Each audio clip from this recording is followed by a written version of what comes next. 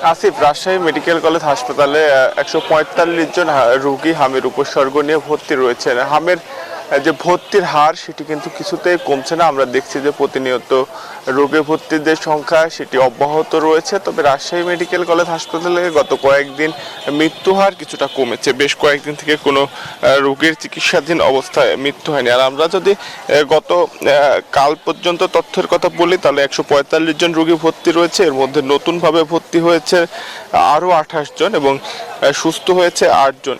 এই মৌসুমে Rajshahi medical college হাসপাতালে মোট 755 জন রোগী হামের উপসর্গ নিয়ে চিকিৎসা নিয়েছেন এবং এর মধ্যে 52 জনের মৃত্যু হয়েছে।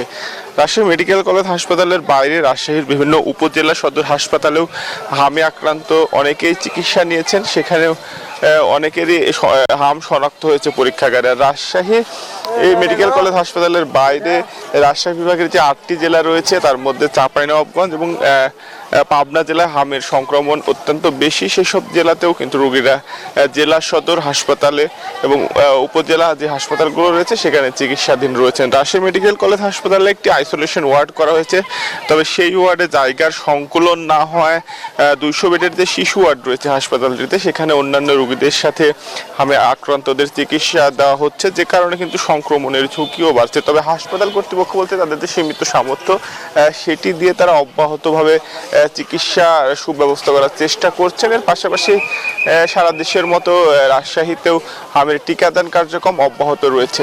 এই ছিল রাজশাহী মেডিকেল কলেজ হাসপাতাল থেকে সর্বশেষ। সিলেট থেকে আরো খবর জানাতে যুক্ত হচ্ছে সহকর্মী নাজাত, আমরা যাচ্ছি তার কাছে।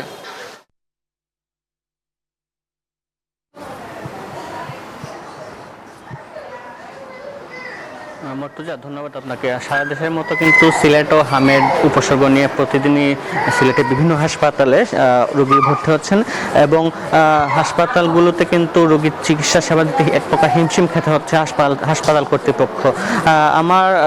আমার যে হাতে যে তথ্য রয়েছে সেই তথ্য অনুযায়ী সিলেটের বিভিন্ন হাসপাতালে এখন পর্যন্ত 149 জন রোগী আসলে ভর্তি রয়েছেন হামের উপসর্গ নিয়ে। এর মধ্যে আমি যেখানে আছি এটা হচ্ছে সিলেট শহীদ শামসুদ্দিন হাসপাতাল। এই হাসপাতালেই 74 জন রোগী ভর্তি রয়েছেন।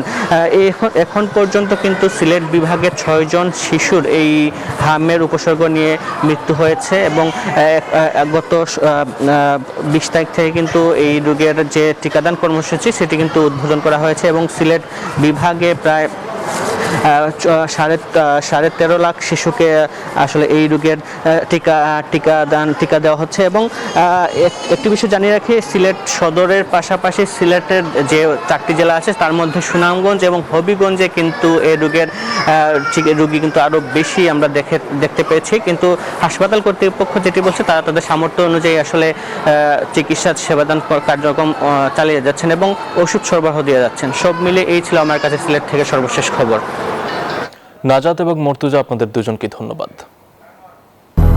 200-র বেশি সার্ভিস ও ফিচারে লেনদেনের সব বিকাশ অ্যাপে সম্ভব।